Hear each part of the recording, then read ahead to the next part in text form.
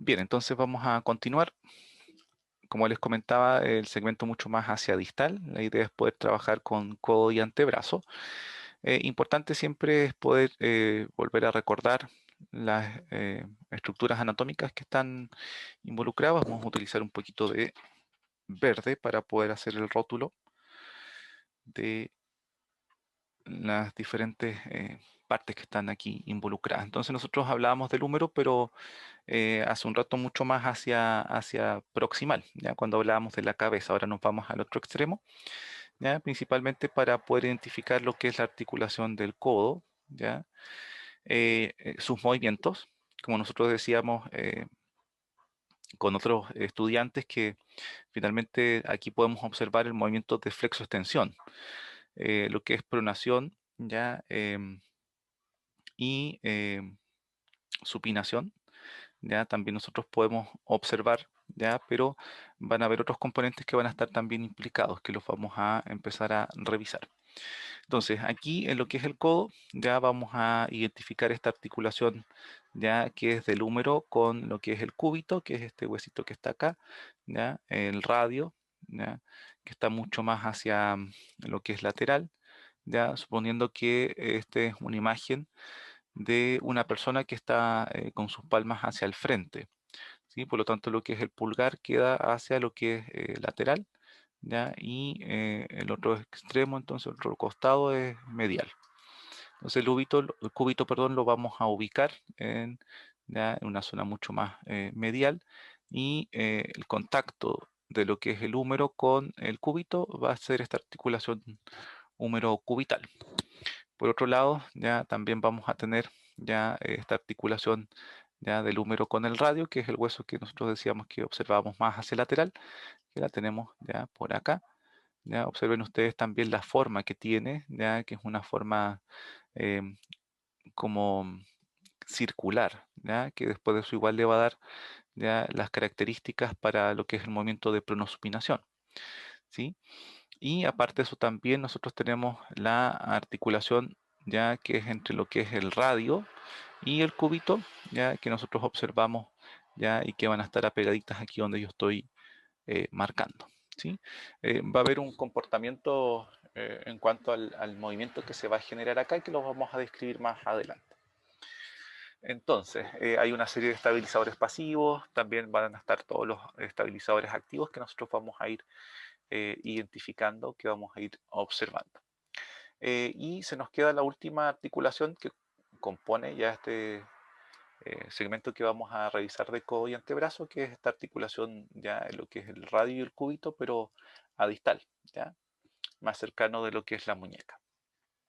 Ahí tenemos ya distintas articulaciones descritas y vamos a revisar ya principalmente de aquí abajo que cuando nosotros observamos por anterior, ya aquí observamos la continuación ya de esta persona que está con las palmas hacia adelante, ya entonces importante para hablar de codo, ya poder identificar los cóndilos, ya cóndilo medial, ya y nosotros lo teníamos acá al lado medial y tenemos acá el lado que es lateral. ¿Sí? Tenemos el lado medial que también lo podemos conocer como epitroclea. Ustedes también lo pueden encontrar por ese nombre. ¿Ya? Son importantes fundamentalmente porque cuando nosotros hablamos del epicóndilo medial va a ser un punto de inserción de los músculos que son flexores, flexores de muñeca y flexores de dedo. Cuando nosotros hablamos del epicóndilo que es lateral, ¿ya? Nosotros vamos a hablar en este caso de los músculos que son extensores. ¿Ya? Aquí están lo que son los epicóndilos laterales, que están aquí esta puntita, ¿ya? Y aquí está este epicóndilo, epitróclea, ¿ya? Que es mucho más medial. Como yo les decía, son puntos de inserción de músculos. ¿Ya? Aquí nosotros tenemos estos, como les mencionaba hace un rato, cóndilos, ¿ya? Que también hay uno medial, que también hay uno que es lateral. También observamos la estructura que está acá abajo, ya la tróclea y el capítulo, ya que tiene que ver con lo que es la articulación principalmente del codo. Eh, principalmente esas son las estructuras que después de eso se van a repetir en la descripción tanto de codo como de antebrazo. Ahora, por posterior, ya nuevamente seguimos viendo lo que es esta tróclea. Ya observen la configuración que tiene. Ya nosotros observamos este movimiento de flexo-extensión y claro, tenemos que observar un punto o eje ya para la rotación y va a estar dado después, como lo vamos a estudiar, por esta tróclea y más hacia lo que es proximal, ¿ya? O sobre la tróclea, aquí nosotros podemos observar esta fosa olecraniana, ¿ya? Que va a quedar cuando nosotros vamos al movimiento de extensión, ¿ya? El olecranon ya se va a situar justamente en esta fosa y le va a dar la estabilidad finalmente a la articulación del codo. ¿Ya? Se comenta que la articulación del codo es una articulación altamente estable, principalmente por la configuración que tiene eh, su articulación, ¿ya? El componente óseo. Acá nuevamente observamos los epicóndilos, que eran ya algo que nosotros habíamos mencionado hace un rato, ya en estos segmentos que están aquí marcaditos con verde, ya, y principalmente eso, vamos avanzando. Entonces, nosotros hablamos del movimiento de flexo-extensión que se da a nivel de la articulación del codo. ¿Ya? Se describe que va a haber 150 grados ya, de lo que es flexo-extensión. Se describe como un movimiento que es mucho más combinado. ¿Ya? Nosotros hablamos del movimiento de extensión, mmm, que en realidad, por las características que tiene la articulación, podemos nosotros observar un grado de hiperextensión de codo, pero este grado de hiperextensión de codo se va a dar en personas que eh, tengan mucho más laxitud articular, ¿ya? Que sean mucho más móviles en cuanto a su componente eh, de tejidos blandos. A eso nos referimos con laxitud articular. Ustedes igual pueden escuchar o haber escuchado de personas con hiperlaxitud y esta prueba que se hace de lo que es la extensión de los dedos. Sí, hay algunas personas que logran un grado mucho mayor de extensión de dedos, pero se da porque sus tejidos blandos ya son mucho más laxos. Ahora, cuando nosotros hablamos de codo, hablamos principalmente del movimiento de flexión, ya que está entre 0 y 150 grados. Y el de extensión, como yo les decía, podemos tener de 0 a 10 de hiperextensión, que se da principalmente en personas que tienen ya mayor laxitud articular. Em, y que, claro, el codo tiene que estar estabilizado para poder generar ya este movimiento y muchas veces se puede evaluar a través de la aplicación de una fuerza externa por parte de un evaluador ya que aplique ya una hiperextensión y así nosotros evaluamos qué tanto grado de extensión puede lograr la persona. Em, Después observamos 75 grados de pronación ya y 75 grados de supinación, ya que era este movimiento eh, en donde el antebrazo, ya finalmente lo que era el radio, ya rodaba o giraba sobre lo que es el cúbito o la ulna. ¿Ya? Vamos avanzando acá. Ahora, es importante esta articulación del codo, como nosotros observamos, ya esta persona que está martillando, vamos a hacer un esquema de este codito, que está la articulación. Ya se ve que está sosteniendo un martillo, pero que está con un movimiento de flexión. ¿Sí? Lo mismo que en la articulación que nosotros observamos, que es la articulación del codo, pero de la extremidad superior izquierda. Entonces se dice en los textos de fisiología articular que es una especie de em, mm, em, es como un dispositivo ya para poder acercar ya lo que son, no sé, herramientas, objetos, ya, y de esta forma nosotros podemos ir cambiando lo que es la longitud de las extremidades superiores, ya que una de las funciones de la extremidad superior es lo que es la manipulación de objetos, o también se conoce lo que es el alcance, ¿sí? Entonces ahí nosotros podemos observar que, claro, con la presencia de los codos y en conjunto con los hombros, nosotros podemos mejorar, ¿ya? Aumentar el alcance o disminuir, ¿ya? Tiene una función, ¿ya? Que se describe como telescópica, ¿sí? Entonces nos ayuda entonces a posicionar de mejor forma lo que es la extremidad superior, que son órganos efectores para poder generar lo que es la manipulación. De lo contrario, ya sería muy difícil, por ejemplo, generar un alcance. Si nosotros tuviésemos fijo lo que es la articulación del codo, ¿ya? Y lo tenemos en una posición de extensión, evidentemente todo lo que tiene que ver con lo que es la alimentación podría estar interferida, ¿ya? Por eso que se comenta que la mayoría de las actividades de la vía diaria tienen un arco funcional de 100 grados, ¿ya? 100 grados de flexión. Y también tiene un grado, en este caso, de pronosupinación de 50, ¿ya? Para que pueda quedar, en este caso, fija la articulación, o por ejemplo, hay condiciones de salud como la artrogriposis, eh, en donde las personas nacen con esta condición de salud y se caracteriza por una fusión, ¿ya? De las articulaciones y se producen acortamientos o se produce la mantención de un rango articular de manera permanente. En algunos casos requieren intervenciones quirúrgicas para poder, claro, posicionar las articulaciones, por ejemplo, del codo en un rango funcional. Entonces, a eso nos referimos de este arco funcional. Para que nosotros, por ejemplo, podamos alimentarnos, ya al menos tenemos que tener 100 grados de flexión de codo, ¿sí? Y al menos 50 grados de pronosupinación. Vamos a ver cómo nosotros podemos medir ya lo que es la pronación y la supinación para que se puedan hacer una idea mucho más concreta. Entonces, bueno, seguimos repasando. Nosotros habíamos hablado de los epicóndilos, ya se hace la referencia también a lo que es el capítulo, ya, y la tróclea. Importante que aparece graficado lo que es el músculo braquial, ¿ya?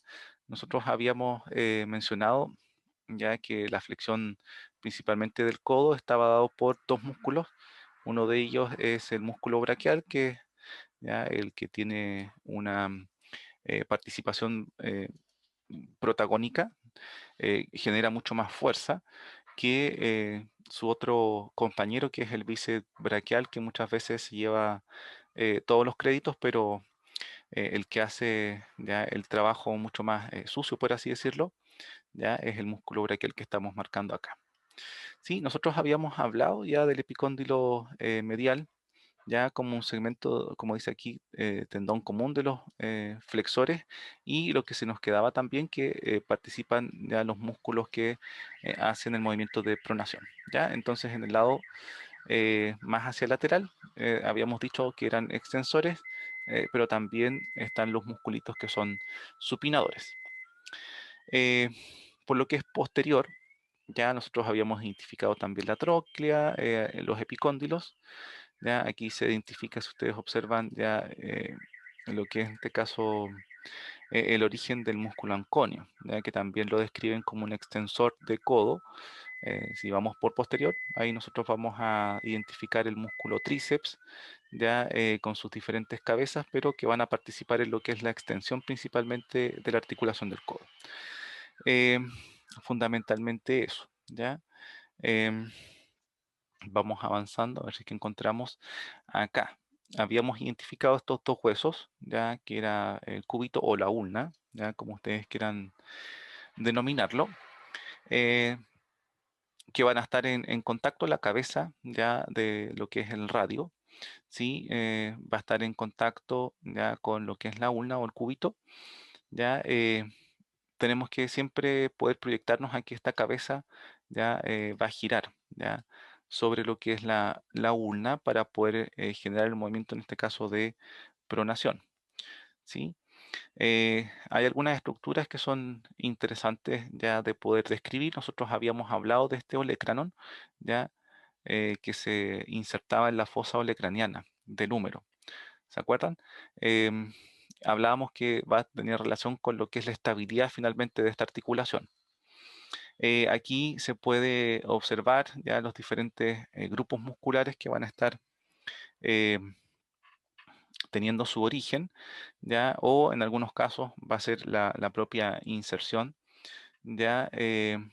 Como nosotros vemos acá en eh, esta zona aquí que está achurada, que está marcada, que es la zona en la cual ya el músculo braquial va a tener su inserción. Nosotros lo identificábamos hace un rato acá, en lo que es la porción ya mucho más distal del húmero y va a tener su inserción acá en lo que es ya el cúbito o la ulna, ¿ya? Y que va a generar este movimiento de flexión, flexión de codo. Acá, si ustedes observan, ya hay una estructura que podrían recordar de anatomía básica, ya que es una tuberosidad, que es la tuberosidad entonces del radio, ya lo vamos a dejar aquí marcadito, y es importante mencionarla principalmente porque, como yo les decía, estaba el primo famoso ya, de la flexión de codo, que es el bíceps, y se va a insertar en lo que es el cúbito, ya, perdón, el radio, que es el que está al ladito. Em, Tenemos otros músculos, por ejemplo, el músculo supinador, ¿ya? Que va a estar marcado aquí al lado. ¿Ya? Tenemos otros grupos musculares, por ejemplo, más hacia lo que es la ulna, ¿ya? Grupos, en este caso, pronadores, ¿ya? Que van a generar el movimiento de pronación del antebrazo. Interesante también mencionar, ya nosotros acá podemos observar en un segmento que está achurado, que está pintado con rosadito, ya como se denomina acá el músculo flexor profundo de los dedos. ¿Y por qué lo menciono? Fundamentalmente porque hay dos grupos que después de eso se proyectan, grupos musculares que se proyectan hacia la mano, ¿ya? Cuando nosotros hablamos de la movilidad de la mano, vamos a considerar estos músculos que son los flexores, ya de los dedos largos. Y en ese sentido vamos a hablar de musculatura intrínseca de la mano y de musculatura extrínseca de la mano. La musculatura extrínseca de la mano va a provenir muchas veces de lo que es el antebrazo y finalmente va a generar inserciones por medio de distintos tendones, como por ejemplo el tendón perforante o el tendón perforado, que lo vamos a ver cuando trabajemos mano, y a eso se refiere. ¿Ya? Entonces, cuando nosotros hacemos lo que es la evaluación de musculatura de mano, no solamente nos dedicamos al segmento de la mano propiamente tal, sino que todo lo que viene proyectado desde el antebrazo. Eso es muy, muy relevante. Después de eso, cuando revisemos lo que es muñeca, ya nos vamos a referir al segmento mucho más distal, tanto del radio como de la ulna, ya principalmente, por ejemplo, las apófisis, la apófisis estiloides, que es una prominencia que nosotros podemos palpar fácilmente, ya y ya lo que es el borde o la cabeza mucho más distal de lo que es la ulna. Nosotros podemos observar esta vista posterior y aquí sobresale este huesito que nosotros, bueno, habíamos descrito como la ulna, pero ya su porción ya mucho más proximal que es el olecranon. Nuevamente observamos lo que es la cabeza del radio, ¿ya?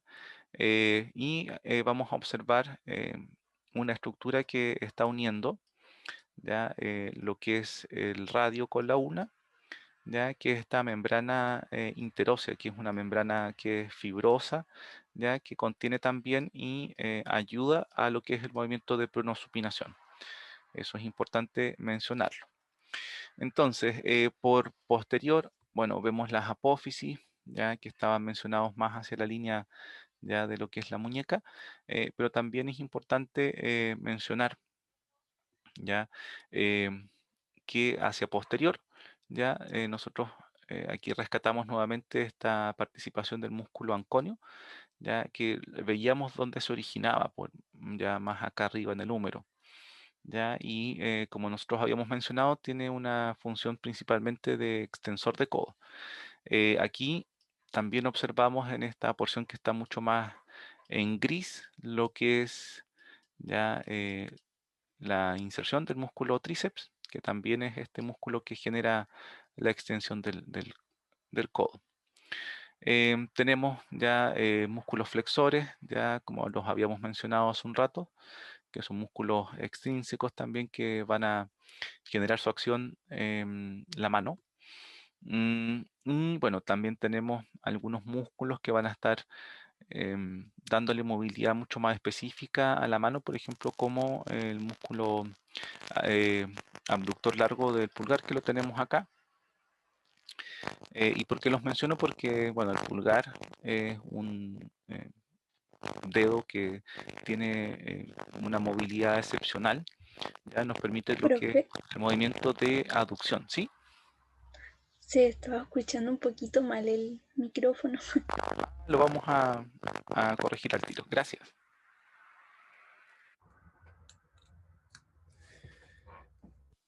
Bien, ahora, ¿cómo se escucha? Ahora sí, profe, se escucha bien. Genial, muchas gracias por el aviso. Vamos a admitir a una compañera que venía y le estaba hablando de esta musculatura también que nace del antebrazo para lo que es la movilidad del pulgar.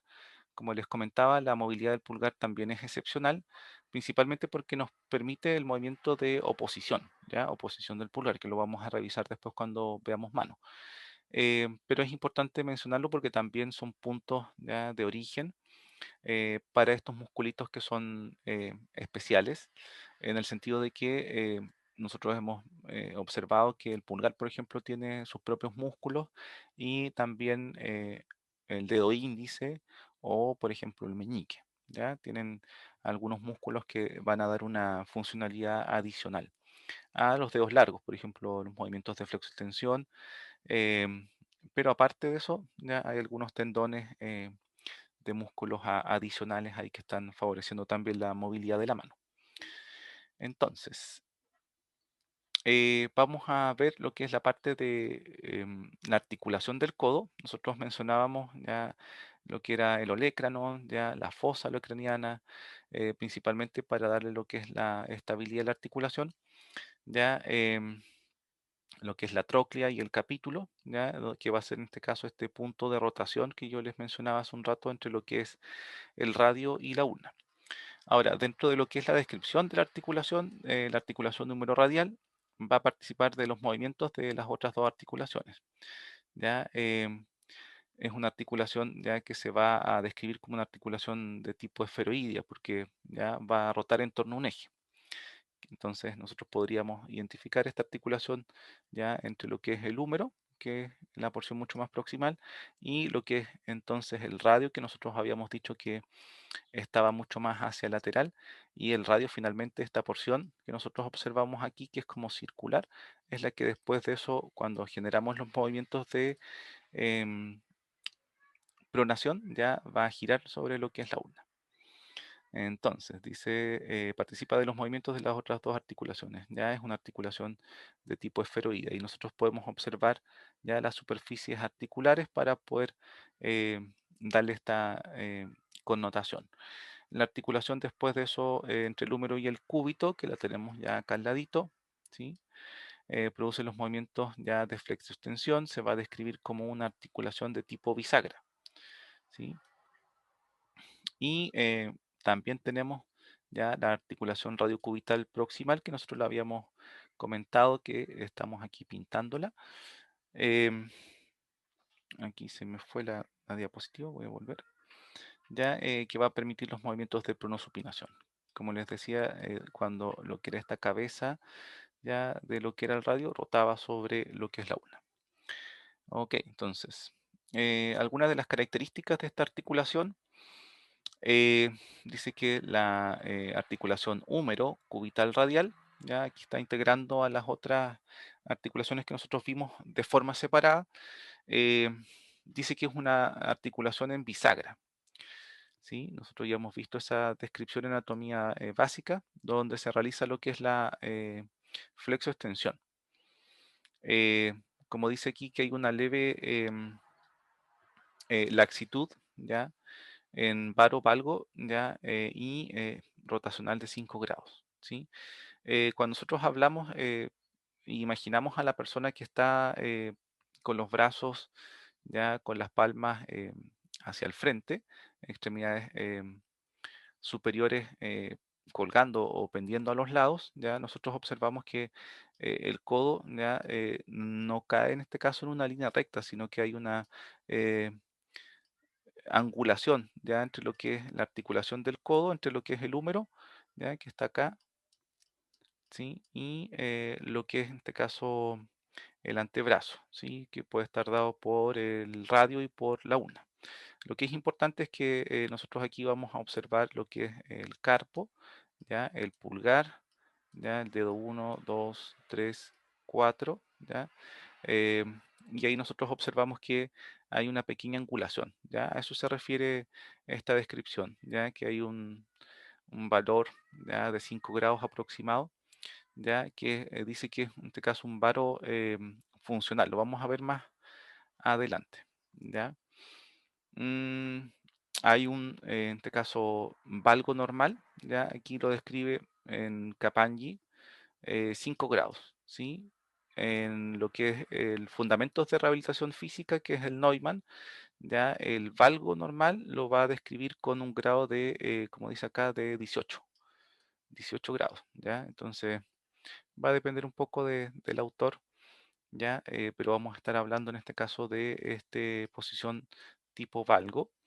Ya, como ustedes se dan cuenta, aquí tenemos a la persona con las palmas hacia adelante, pero nosotros nos damos cuenta que el codo no es recto, ¿ya? Como a ratos uno hace los dibujos esquemáticos y hace todas las articulaciones en una misma línea.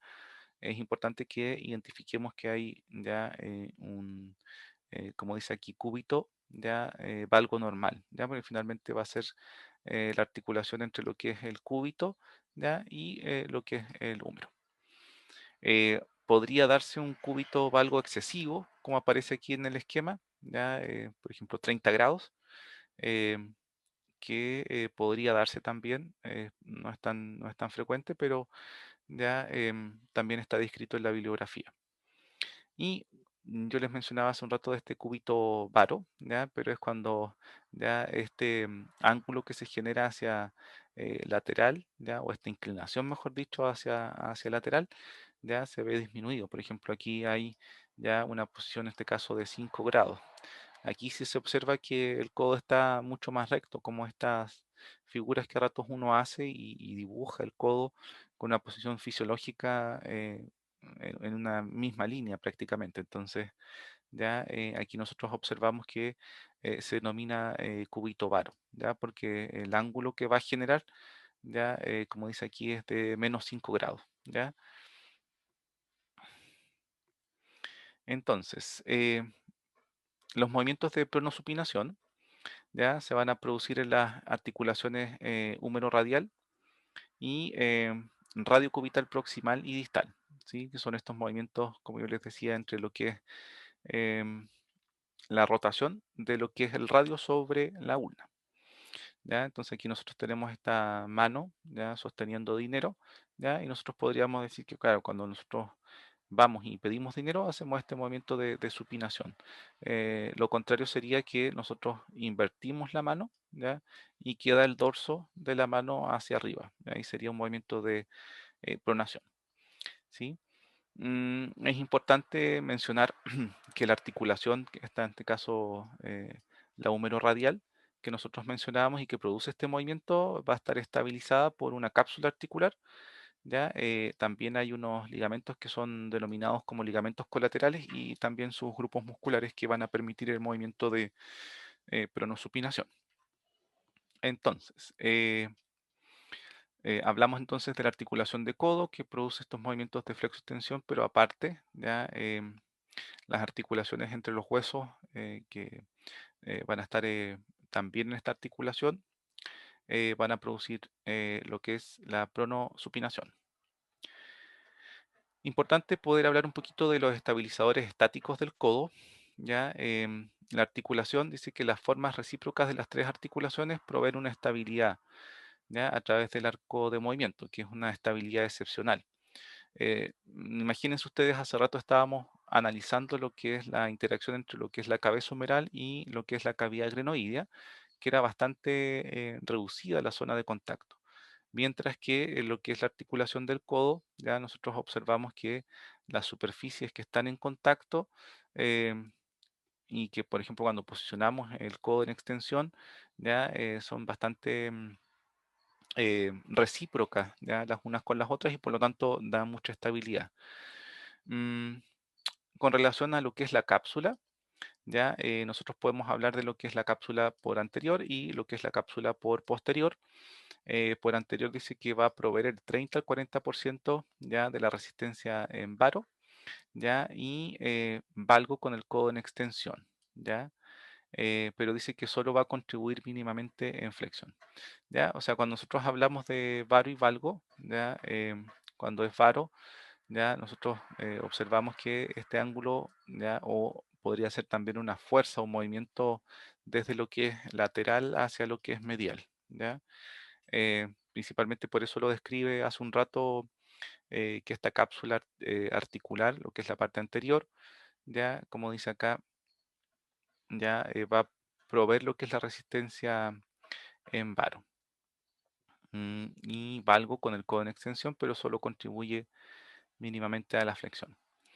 Ahora, ¿qué es importante? Aquí nosotros observamos un codo en 90 grados, ¿sí? Aquí tenemos lo que es el húmero y aquí tenemos lo que es la ulna, el radio, ya arriba, y vamos a ver una serie de aquí de ligamentos, ¿ya? Los vamos a ir de a poquito nombrando. Aquí cortado ya está eh, lo que es el tendón del bíceps braquial, ¿ya? Aquí hay un ligamento que se llama ligamento anular del radio. Ustedes recuerdan que el radio tenía una cabecita que era de forma circular y aquí nosotros vemos también que tiene un ligamento que es el ligamento anular, ¿ya? Anular como si fuese un anillo que cubre ya esta cabeza del radio. Por otra parte, también tenemos ya en cuanto a lo que es el radio, ya ligamentos colaterales, ¿sí? Que nosotros lo podemos dibujar acá, ¿sí? Ahí lo estamos volviendo a marcar, ¿sí? Ligamentos colaterales. Y también podemos observar ya lo que es la cápsula, en este caso articular, que va a estar ya marcada y descrita como rodeando ya también lo que es el radio y lo que es el húmero. Por su parte también acá tenemos ya como esta cápsula articular va a integrar también lo que es la ulna. Por posterior tenemos cortado este tendón del bíceps braquial, ya que nosotros comentábamos que va a generar el movimiento de extensión. Tenemos una bursa o bolsa subcutánea del olecrano, ya que también está aquí, está seccionado con 90 grados. Entonces, vamos por una vista 90 grados ya en flexión. Nosotros aquí podríamos observar de mejor forma lo que es la ulna, ¿ya? O el cúbito. Entonces vamos viendo qué estructuras, nuevamente se repite lo que es el tendón del tríceps braquial, ¿sí? Nosotros acá podemos observar ya eh, el ligamento colateral ulnar, ¿ya? Que está aquí eh, marcadito, ¿sí? Eh, nuevamente aquí observamos, porque estamos observando el hueso aquí, el radio, ya con su cabeza y nuevamente en esta vista medial podemos observar este ligamento anular. Aquí, fíjense ustedes, se ve de forma mucho más clara este tendón del bíceps braquial. Se describe aquí también una cuerda oblicua, ¿ya? Que no es muy comentada desde lo funcional, tal vez desde lo anatómico, claro, lo consideran, pero ya lo importante es que todos estos elementos le van a dar mucho más estabilidad al codo, aparte de lo que es la característica de la forma de los huesos de la articulación del codo, ya imagínense ustedes que estos elementos ya van a estar dándole mucho más estabilidad también a esta articulación. Eh, habíamos hablado un poco de los ligamentos en las imágenes anteriores. Aquí tenemos una vista que es anterior, ¿ya? Y ustedes si se dan cuenta, en el anterior eran 90 grados, aquí nosotros lo vemos en extensión. Entonces podríamos rescatar algunas cosas interesantes. Nuevamente este ligamento anular, ya que le va a estar dando contención a la cabeza del húmero y es fundamental principalmente para el movimiento de pronosupinación, ¿ya? ¿Se acuerdan de esta cuerda oblicua? ¿Ya? También va a estar presente en este esquema. Observamos ligamentos colaterales, ¿ya? Hay ligamentos colaterales, por ejemplo, del codo, hay ligamentos colaterales de lo que es las articulaciones metacarpofalángicas, después nos vamos a encontrar, ¿ya? Pero con laterales que están, ya, como el nombre lo indica, ya lateral, ya sea hacia medial, o ya el ligamento colateral hacia lateral, ¿sí? Que nosotros lo identificamos acá. Y evidentemente le va a dar estabilidad. Si nosotros, por ejemplo, generamos un movimiento ya mucho desde lo que es lateral hacia lo que es medial, ¿ya? Evidentemente lo que se va a forzar, ¿ya? O se va a tensar va a ser el ligamento colateral lateral. A diferencia si es que nosotros generamos un movimiento desde lo que es medial a lateral, ¿ya? Lo que es el ligamento colateral medial va a ser el que se va a tensar porque va a resistir el movimiento que nosotros estamos mencionando. Aquí observamos ya más características de esta cápsula articular, ya los epicóndilos que los habíamos mencionado ya hace rato, los tenemos ahí bien, bien identificados. Entonces, aquí podemos nuevamente hacer la aplicación de lo que mencionábamos hace un rato. Ya, entonces tenemos el ligamento colateral medial, ¿ya?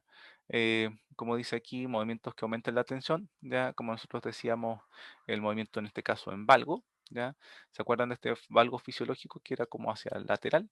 Entonces, claro, este ligamento colateral que está aquí, ¿ya? En medial se va a tensar. Lo que es el ligamento colateral medial, pero que son las fibras posteriores, también ya van a estar aumentando su tensión en los movimientos de valgo, ya los movimientos de flexión. Y aquí nos cambiamos ya hacia el colateral lateral, que evidentemente se va a tensar en los movimientos más hacia varo. Como dice aquí el ligamento colateral lateral, el componente en este caso colateral lateral es como un trabalengua, ¿ya? Nuevamente va a estar ahí generando tensión, ¿ya? Hacia el varo y también hacia lo que es el movimiento de flexión. Y aquí tenemos este famosillo, ¿ya? Al final, que es el ligamento anular. Como dice aquí, va a aumentar la tensión cuando dice un movimiento, en este caso, de distracción del radio. Ya, distracción del radio es como que intenta en este caso separarse un poquito lo que es la cabeza del radio con su estructura articular, ¿ya? Ahí se va a tensar este ligamento anular. Entonces, seguimos. Los estabilizadores dinámicos, nosotros habitualmente ya los conocemos como grupos musculares, pero veamos qué nos dice acá esta diapositiva. Esta estabilidad de esta articulación que ya la hemos definido, ya se incrementa al comprimir las superficies articulares, ¿ya? O sea, cuando lo que es la articulación se ve expuesta a una fuerza de compresión, va a ser mucho más estable, ¿ya? Eso es importante también explicarlo. Dice en virtud a sus fuerzas durante el movimiento del codo, ¿ya? Otra cosa que es importante es que la influencia estabilizante sería dependiente de la posición de la articulación y sobre el balance de todos los músculos actuando sobre esa articulación. Como yo les decía, a ratos si tenemos un eh, posicionamiento de lo que es el codo, principalmente ya de lo que es el olecranon, aquí está lo que es la fosa olecraniana, ya más en extensión, aquí ustedes se van dando cuenta que son superficies que son bastante similares, ya hay una superficie que es cóncava, ya, y esta superficie ya que es mucho más convexa y que le va a dar mucho más estabilidad a esta articulación. Aquí nosotros observamos la tróclea, ¿ya? Como decía, la escotadura troclear que se va a formar ya entre lo que es el olecranon, ya que es del cúbito de la una. Aquí se hace una distinción entre las diferentes capas, ¿ya? Aquí, por ejemplo, podemos observar la referencia a lo que es la dermis, ¿ya? Los músculos, en este caso, flexores, y aparte de eso también lo que es la porción de la cápsula anterior, ¿ya? Que va a estar también generando cierta tensión a lo que es el movimiento de extensión. ¿Sí? Nosotros aquí podemos imaginarnos que estaba el músculo, el tríceps y también estaba el anconio, ¿ya? Que también se estaba describiendo desde hace un rato. Eh, Nosotros aquí observamos el movimiento de flexión, ¿ya? Eh, Observamos ya lo que es la cápsula posterior, ¿ya? Los músculos, como dice aquí, de los extensores.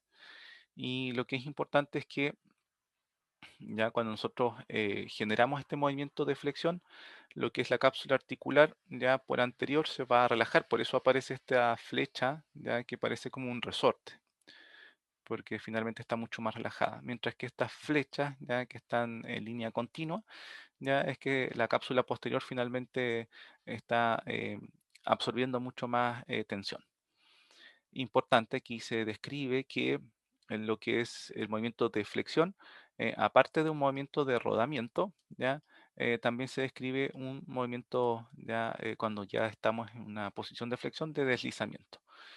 Importante porque a ratos uno piensa solamente que las articulaciones, por ejemplo, la articulación del hombro va a generar solamente un rodamiento, pero también hay un componente de desplazamiento o deslizamiento de lo que es la cápsula articular. Después de eso tenemos un codo ya en 90 grados en la imagen de acá abajo, está de acá, ¿sí? Nosotros nuevamente vemos las estructuras del húmero, ya este capítulo que finalmente generaba esta rueda, ya en donde se generaba el eje para el movimiento de flexo-extensión. Entonces, aquí observamos nuevamente lo que es la cápsula posterior. Mm, Nosotros mencionamos también los ligamentos colaterales ya cubital. Vemos esta articulación en 90 grados y por lo tanto la cápsula anterior va a estar ya mucho más distendida, mucho más relajada. Por eso la vemos ya con esta flecha que está como tipo resorte, ¿sí? Como para observar más o menos cómo interactúan. Entonces la cápsula posterior ya está con una flecha mucho más continua, es porque está mucho más tensa. Se describen nuevamente los movimientos de rodamiento del radio eh, y un movimiento también de deslizamiento del mismo. Nosotros hemos mencionado ya los movimientos de la articulación del codo, ya hablamos de la flexo-extensión, nuevamente se repite este eje transversal, hay un deslizamiento y rodadura de las superficies articulares, la supinación, perdón, en flexión de 90 grados se realizan a través de un deslizamiento del radio.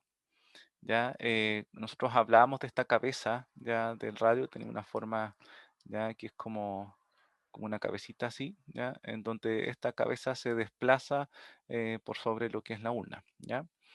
Es un movimiento, dice que es de rotación, ya, porque si nosotros describimos este huesito, ya es como si estuviese rodando, es un movimiento giratorio, ya, en torno en este caso a su eje longitudinal. El eje estaría ya a lo largo, por eso se dice que es longitudinal.